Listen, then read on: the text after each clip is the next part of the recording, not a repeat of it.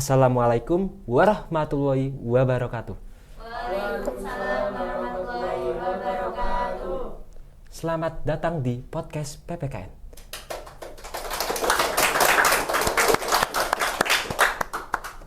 Di podcast kali ini kita akan membahas seorang mahasiswa yang memenangkan lomba perjalanan media pembelajaran.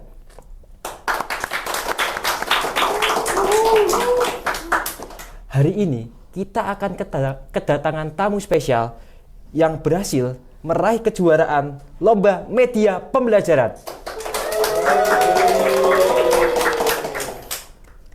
Seorang mahasiswa kreatif ini, yuk mari kita sambut Mbak Vina Rahmawati.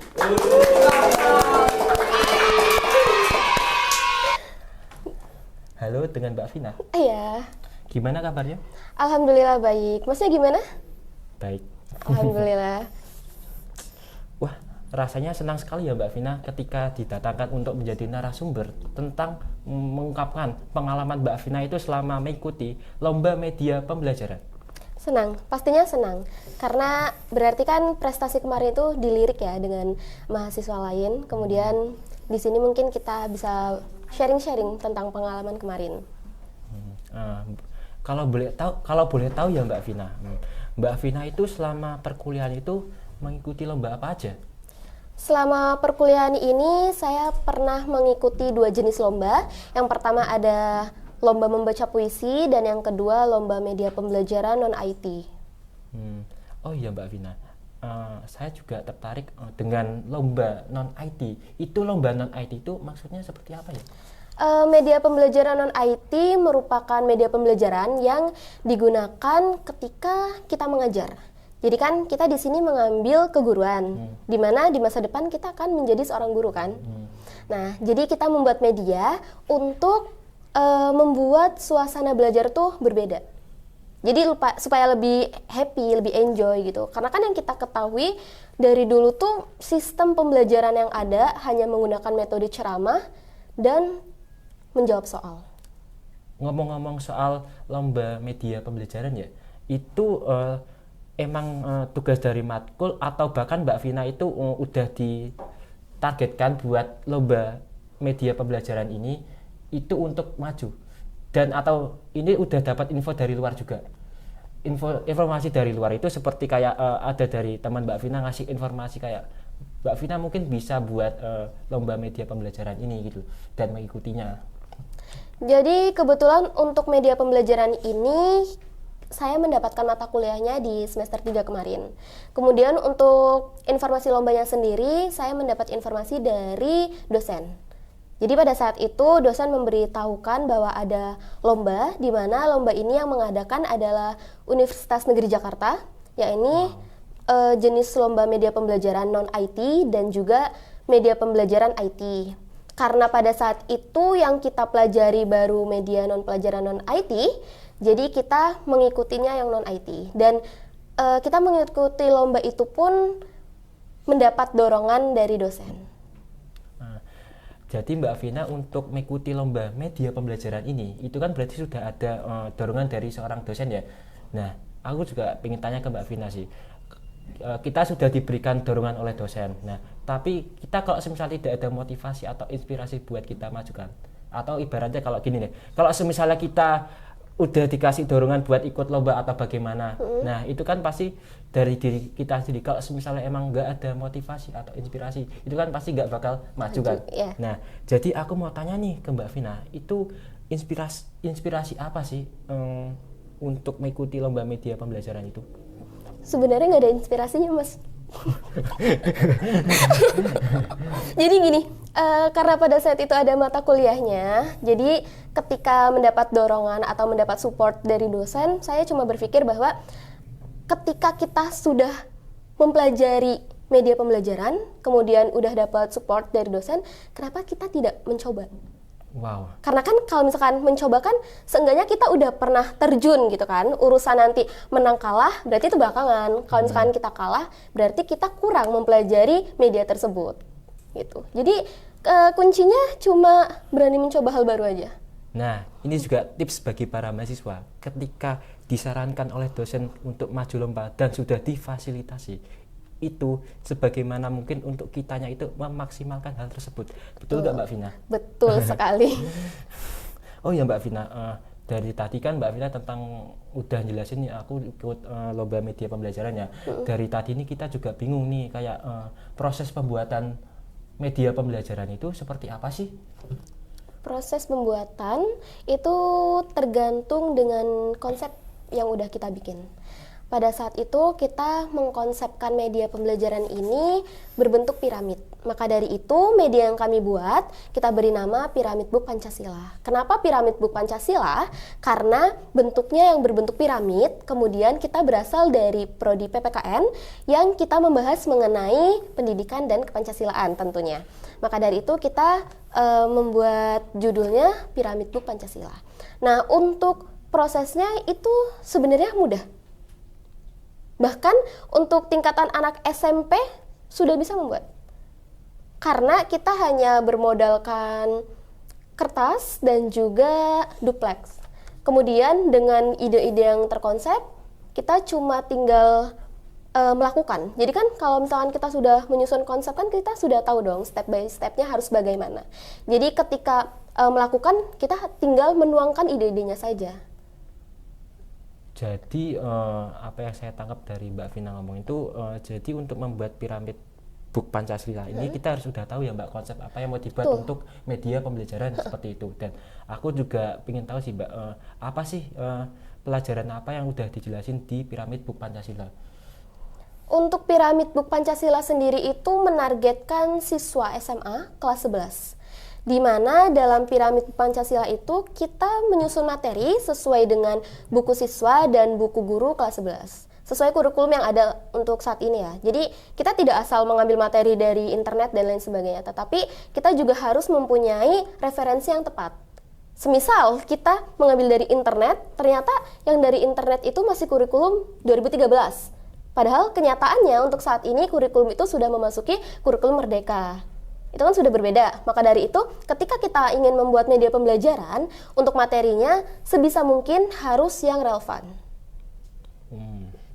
Oke Mbak Vina. Jadi untuk membuat media pembelajaran ini ya, Mbak Vina itu membuat hal baru atau sebenarnya Mbak Vina itu udah ada rencana buat piramid Book Pancasila ini? Jadi udah terpikirkan sebelumnya seperti itu?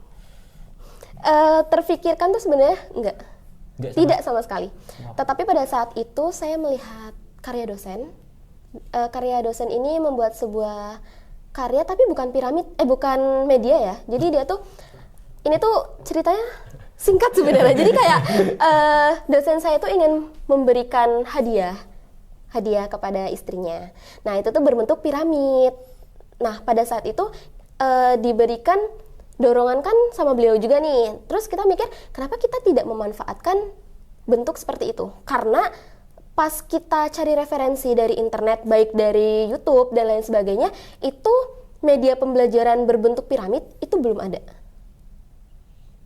Wow, jadi yang saya tangkap dari pengalaman Mbak Vina ya, itu untuk membuat piramid Book Pancasila itu dari itu Mbak, apa namanya? Dari dosen. Bener, dari dosen. Dari apa? Hadiah buat istrinya ya? Iya, itu sebenarnya kayak kalau dipikir tuh nggak mungkin terfikirkan ya.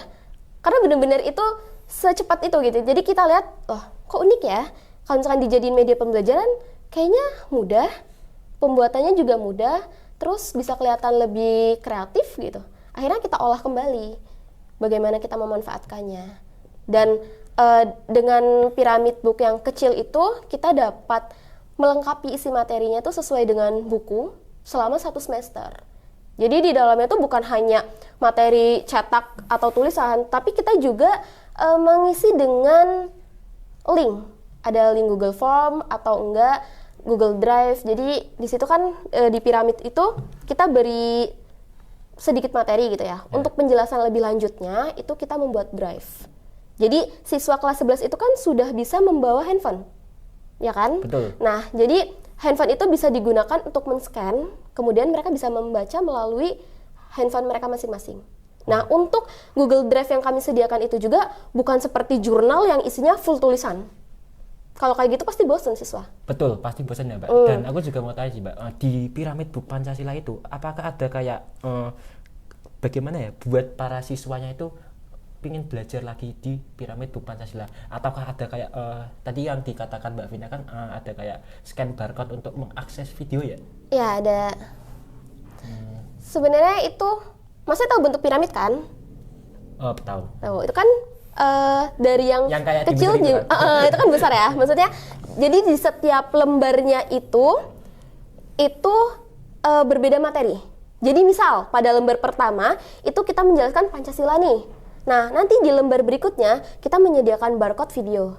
Nah, di situ nanti siswa bisa diberi tugas untuk mengamati video tersebut lalu disangkut pautkan dengan nilai-nilai Pancasila. Nah, jadi di setiap lembarannya itu pasti ada hal-hal yang berbeda. Jadi bukan cuma materi, tetapi scan-scan yang lain, entah itu scan barcode video, materi, soal Google Drive, atau soal materi yang berbentuk quizzes dan lain sebagainya. Bahkan di lembar terakhir itu kita menyediakan sebuah teks, itu nanti siswa tuh akan membuat drama. Wow. Itu tugas akhir. Drama? Drama. Drama ya Mbak.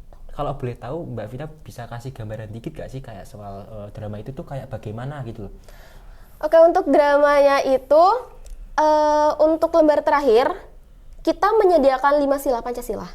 5 sila Pancasila. Pancasila itu ada tulisan sila Pancasilanya, kemudian nanti siswa diminta untuk membentuk kelompok kecil. Jadi satu kelompok itu berisikan 3-5 anggota.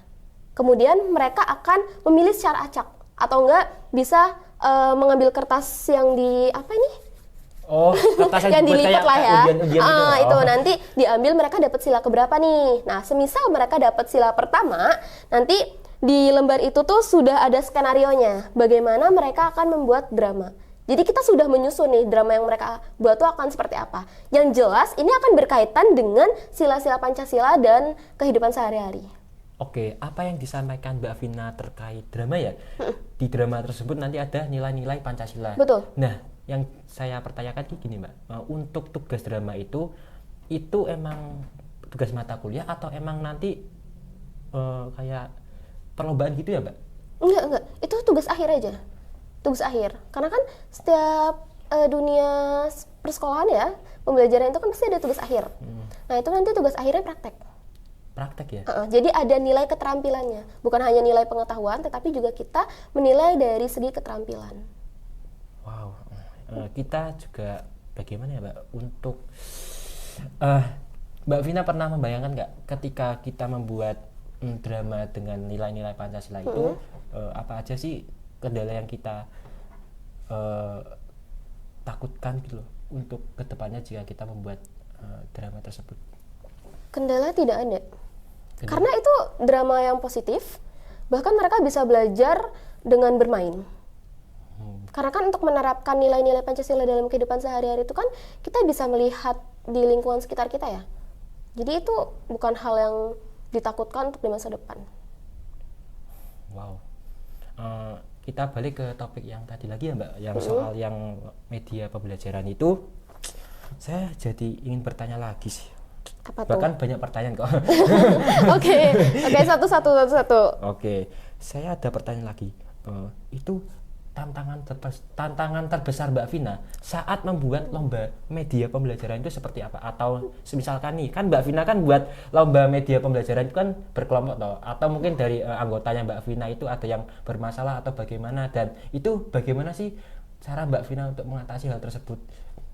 Karena Mbak Vina kan di sini sebagai apa ya Mbak, kalau boleh tahu di kelompok? Sebagai ketua. Ya, Mbak Vina kan sebagai ketua kelompok. Nah, itu bagaimana sih tantangan terbesar Mbak Vina saat pembuatan lomba media pembelajarannya? Sebenarnya untuk tantangan dalam pembuatan media itu tidak ada. Hanya saja karena tim saya yang beranggotakan 3 orang ini terlibat dalam organisasi kampus.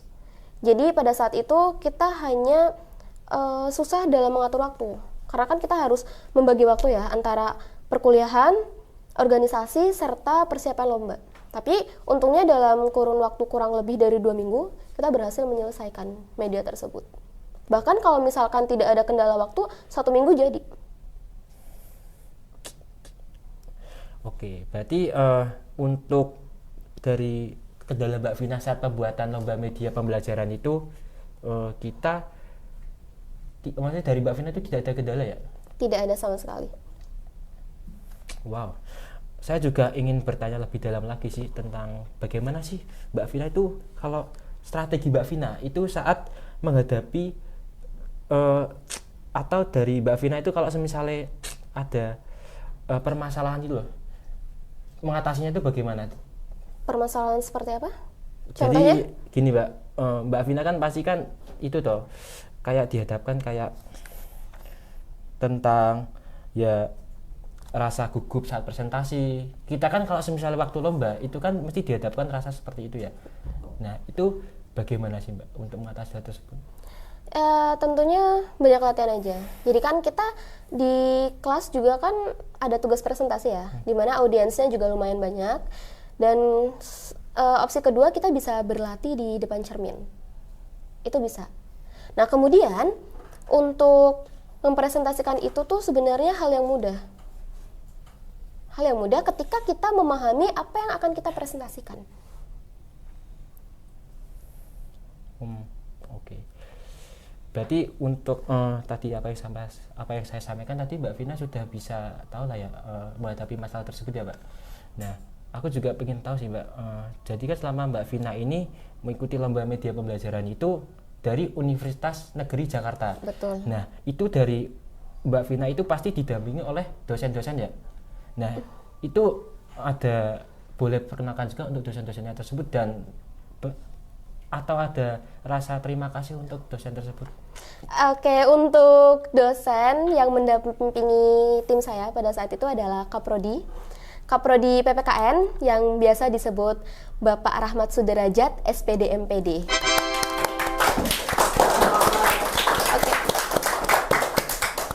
Oke, beliau ini Kaprodi PPKN, di mana beliau juga yang memberikan informasi mengenai lomba ini. Lalu beliau juga yang sudah banyak membantu tim saya untuk maju di perlombaan ini. Mungkin saya mewakili teman-teman juga mengucapkan banyak terima kasih kepada Bapak karena sudah memberikan kesempatan untuk kami mencoba hal baru. Tanpa informasi dari Bapak, tanpa dukungan dari Bapak, mungkin kami tidak akan bisa membawa nama baik Universitas PGRI ini ke Universitas Negeri Jakarta. Kami di sana berhasil bersaing dengan beberapa kampus di Indonesia, baik kampus negeri maupun kampus swasta. Bahkan bisa dibilang kami menjuarai itu di tengah-tengah kampus negeri. Oke, jadi Mbak Vina sangat berterima kasih ya kepada Sangat berterima dosen kasih. pembimbing. Oke. Aku juga ingin tahu sih, dari dosen pembimbing itu adakah dorongan atau masukan dari Pak Rahmat ya, betul apa tidak? Iya, Pak Rahmat. Ketika mendampingi Mbak Vina, ketika Mbak Vina dihadapkan kayak masalah kayak yang pertama tadi tetap gugup atau demam panggung seperti itu atau ya seperti lo. Oke, beliau tuh selalu memberikan support ya, dukungan. Jadi ketika kita pernah konsultasi seperti, Pak, ini bagaimana ya ketika presentasi? Beliau selalu bilang, kamu maju dengan pede aja. Kamu pahami materinya, lalu kamu sampaikan ke mereka. Jadi anggap aja orang-orang yang di depan ini nggak ada. Jadi kamu sampaikan apa aja yang udah kamu pelajarin. Jangan dihafal. Kuncinya jangan dihafal. Karena ketika kita menghafal, otomatis kita akan lupa. Tapi kalau kita memahami, kita tidak akan pernah lupa hal itu. Nah, untuk yang lain juga, kita pernah ada keterbatasan biaya. Karena kan untuk berangkat ke Jakarta itu butuh budget yang banyak ya. Itu kita sempat bingung ketika kita mendapat pengumuman lolos 5 besar dan diwajibkan untuk hadir di Jakarta. Kita sempat konsultasi seperti, Bapak ini biaya bagaimana ya gitu. Akhirnya kami diberi masukan, terus dibantu juga untuk membuat proposal dan mengajukan dana ke universitas. Dan alhamdulillahnya kami berangkat ke Jakarta itu tanpa mengeluarkan sedikit uang. Sepeser uang pun kita tidak mengeluarkan sama sekali. Mengenai apa yang dikatakan oleh Mbak Vina, saya jadi penasaran nih. Saya juga ingin tahu. Pasti dosen pembimbing itu mengeluarkan suatu kata-kata yang memacu para mahasiswanya itu pasti kayak, ayo biar semangat gitu. ayo jangan takut, ketika kita tuh presentasi itu kita harus berani, kita buktikan bahwa kita itu bisa ke mereka. Ada kalimat yang selalu diingat tuh, Pak Rahmat pernah bilang gini, kamu jangan pernah takut untuk coba apapun.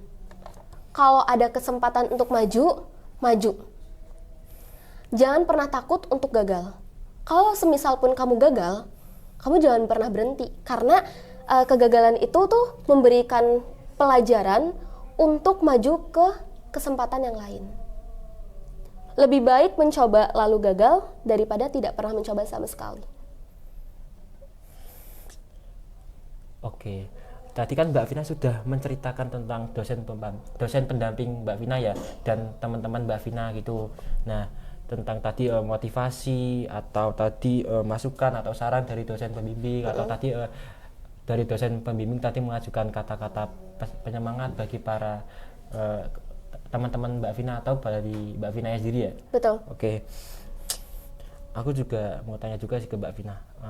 Pasti kalau semisalkan kita baru ikut lomba atau Mbak Vina bahkan udah pernah ikut lomba ya, itu bagaimana sih perasaan Mbak Vina itu ketika mendengar bahwa ini benar gak kalau semisalkan Mbak Vina itu juara ya? Juara. Nah, itu bagaimana perasaan Mbak Vina itu saat diumumkan sebagai juara? Terkadang gini apa, kita tuh sebelum proses pengumuman juara atau bahkan juara kan kita bahkan kayak menghadapi rasa kayak takut, kayak dilema gitu loh dengan diri kita sendiri gitu. Itu bagaimana? Waktu diumumkan senang. Bangga banget. Karena kita yang awalnya tuh hanya coba-coba, tapi ternyata kita mendapatkan hasil yang luar biasa. Terus juga waktu presentasi itu kan kita diberikan pertanyaan spontan gitu ya dari juri, di mana kita ada beberapa pertanyaan yang kurang puas dalam menjawab. Itu di situ kita bener-bener kayak, kita bakalan menang nggak ya? Kita bakalan berhasil membawa piala nggak ya gitu. Tapi ketika diumumkan, alhamdulillah kita membawa pulang piala, walaupun pada saat itu ada rasa kesalnya juga. Karena untuk juara 1 dan juara 2 itu mendapatkan skor yang sama. Skor yang sama, entah itu penilaian dari mana, kita malah dinobatkan sebagai juara 2.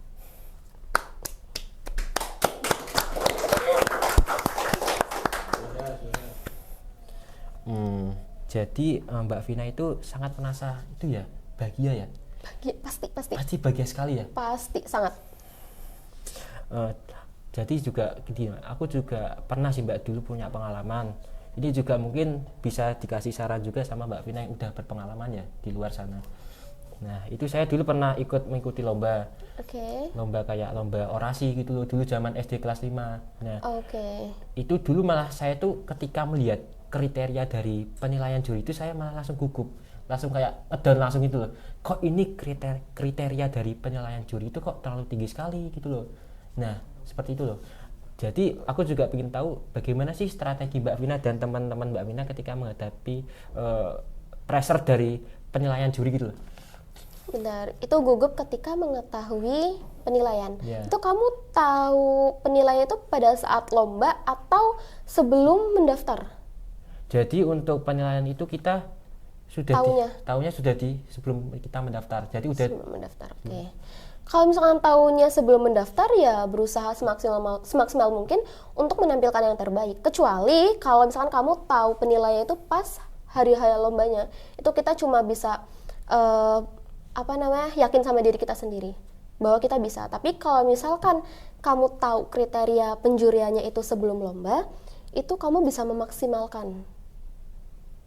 Bahkan kamu bisa berlatih bener-bener yang kayak ketika maju tuh aku pasti bisa, aku pasti menang karena aku sudah memenuhi kriteria penjurian nih gitu. Oke, jadi untuk tips dan saran dari Mbak Vina untuk memaksimalkan dari pengalaman saya itu, kita sebelum ke pressure sama kriteria penilaian juri sebelum mendaftar ya, itu kita harus memaksimalkan mungkin dan belajar dan memahami. Jangan ngedon duluan ya. Belum dicoba masa udah ngedon. Nah, mungkin Mbak Vina juga ada saran bagi para mahasiswa yang ketika ingin mengikuti lomba itu mereka tuh udah ngedon duluan, Untuk mengikuti perlombaan itu sebenarnya kita tidak usah terlalu overthinking ya. Karena ketika ada kesempatan untuk mencoba, kenapa tidak? Nah, untuk yang lainnya itu seperti penilaian juri dan lain sebagainya itu kan kita tahu dari sebelum kita mendaftar lomba. Jadi ketika kita ingin mendaftar lomba kan otomatis kita memahami apa saja sih syarat dan ketentuannya. Nah, apabila penjuriannya itu kriterianya sangat tinggi, itu kita jangan langsung, kayaknya nggak bisa nih, kayaknya bakalan gagal deh. Itu jangan pernah berpikiran seperti itu. Jadi ketika kita melihat, loh kok kriteria penilaiannya tinggi sekali ya, itu harusnya menjadi dorongan untuk diri kita sendiri bahwa kayak, tapi kalau misalkan aku belajar lebih giat, kayaknya bisa deh menang. Jadi kriteria itu tuh dijadiin motivasi bahwa kriteria setinggi apapun, kalau misalkan kita berani untuk belajar, mencoba, itu pasti bisa. Untuk urusan menang kalah itu di akhir. Yang penting tuh berani coba dulu. Oke, jadi terima kasih atas saran dan masukan dari Mbak Vina kepada para mahasiswa yang ketika ingin mengikuti lomba tapi udah ngedown duluan. Jadi pada intinya tuh kuncinya yakin dengan diri sendiri. Iya, yakin. Oke, jadi apa sih Mbak? Aku juga sebenarnya penasaran juga ya. Tadi Mbak Vina udah menceritakan tentang inspirasi, terus dosen pembimbing, proses pembuatan, terus juga tantangan terbesar dan strategi. Dan tadi juga Mbak Vina udah memberikan saran dan masukan terhadap cerita dari pengalaman saya gitu loh. Nah, ini dari tadi aku pengen tahu nih Mbak, pengalaman apa sih yang didapat saat mengikuti lomba kompetisi atau pada saat di Jakarta gitu loh. Karena gini Mbak, kadang kalau misalnya di Jakarta kan kita juga udah tahu culture shock-nya seperti apa gitu loh. Benar. Dan kita juga pasti di lomba kompetisi kita juga menemukan orang-orang yang berbeda dengan latar belakangnya berbeda gitu loh. Betul. Mungkin bisa saya ceritakan dari awal ya? Boleh. Oke. Jadi perlombaan ini tuh sebenarnya awalnya tuh diadakan secara online. Kita membuat media, kemudian kita mengumpulkan melalui video. Nah, ketika ada pengumuman 5 besar, itu baru kita diberangkatkan ke Jakarta.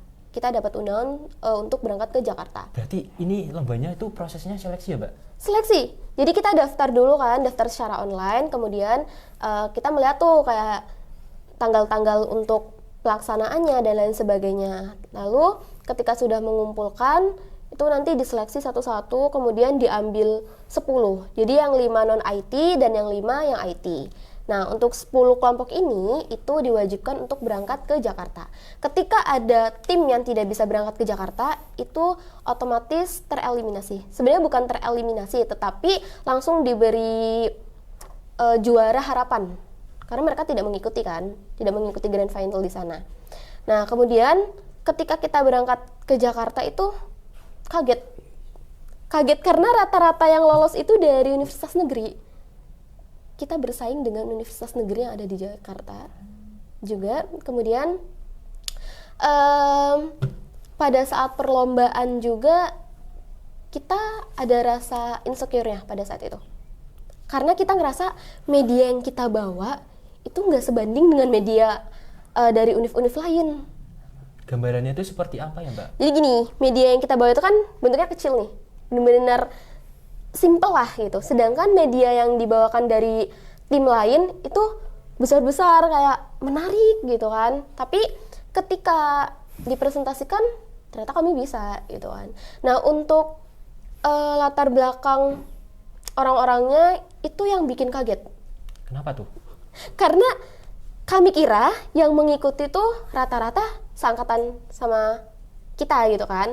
Yang angkatan baru semester 3 gitu lah. Tetapi ternyata pesertanya tuh banyak yang semester atas. Bahkan ada yang semester akhir. Kemudian ada juga pesertanya itu ternobat sebagai duta pendidikan. Itu ada juga. Lalu untuk yang lainnya sih sudah ya. Cuma itu aja kita kayak awal-awal kita ke Jakarta tuh selalu mikir kita bakalan berhasil nggak ya bersaing dengan kampus negeri. Karena yang kita ketahui kan bahwa kampus negeri itu selalu unggul. Kita langsung, kita lebih baik nih dari mereka gitu. Karena ketika mempresentasikan itu kan tidak dilihat dari medianya saja, tetapi bagaimana tim tersebut memberikan penjelasan. Nah, dari situ kita sudah merasa unggul. Karena media kita nih bisa dibilang nggak pasaran lah gitu. Jadi langsung percaya diri. Mengenai itu ya Mbak, tadi pelajaran berharga saat kita mengikuti kompetisi ya Mbak. Nah itu Mbak Vina kan juga punya seorang anggota kelompok ya seperti itu. Betul. Nah itu dari saat Mbak Vina sebagai ketua kelompok dan bersama anggota kelompok itu bagaimana cara pembagian tugasnya waktu saat presentasi gitu? Pastikan waktu presentasi kan ada pembagiannya tugas juga toh. Betul, betul. Dan mungkin bisa dijabarkan juga untuk teman-teman Mbak Vina ketika saat penjabaran tugas saat presentasi lomba media pembelajaran. Untuk mempresentasikan itu sebenarnya yang berbicara hanya satu orang, karena media kita itu kan simpel, kecil. Jadi tim saya itu kan beranggotakan 3 orang, kan.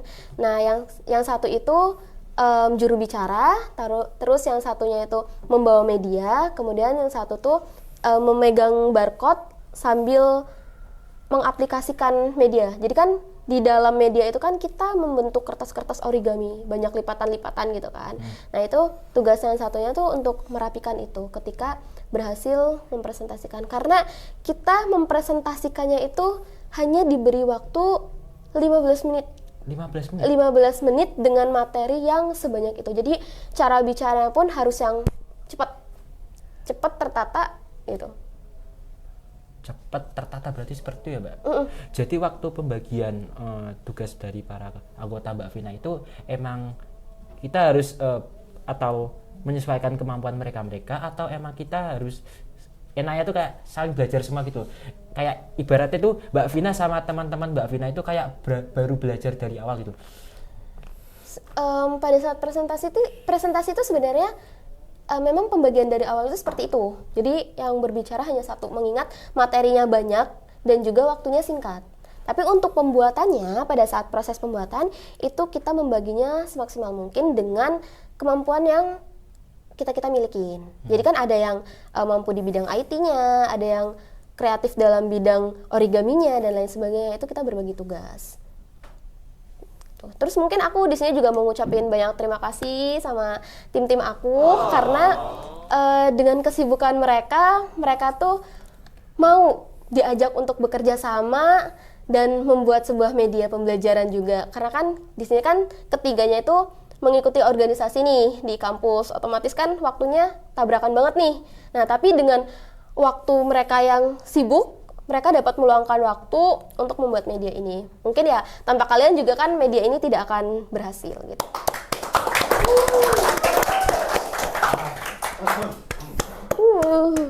Mbak Vina punya perasaan terharu gak ketika Mbak Vina itu menyelesaikan lomba media pembelajaran ini tapi sudah ada hasilnya dan hasilnya terbukti nyata Mbak?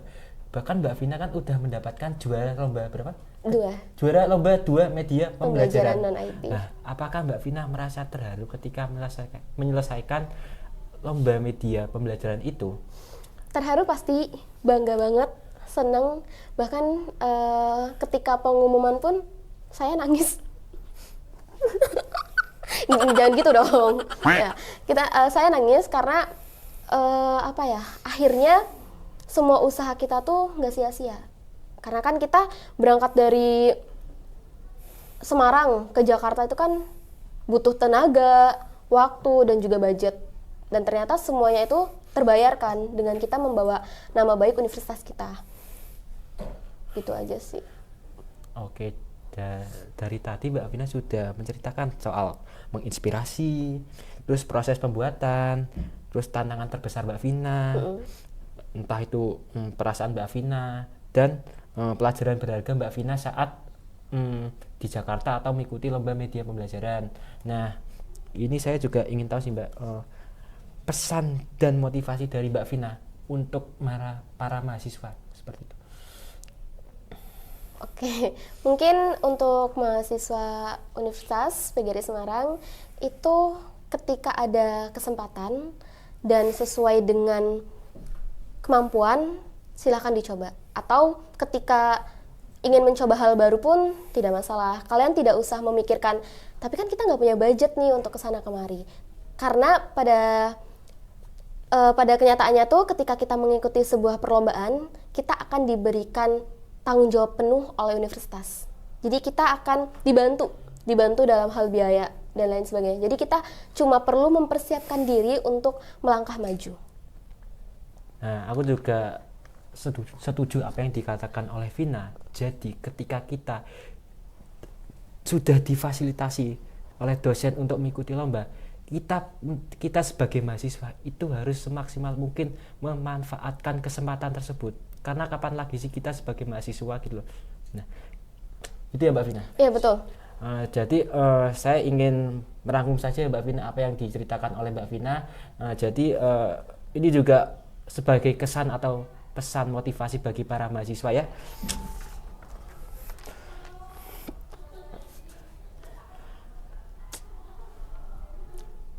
Jadi pada intinya perjalanan menuju kemenangan bukan hanya soal hasil, tetapi juga tentang proses belajar dan berkembang.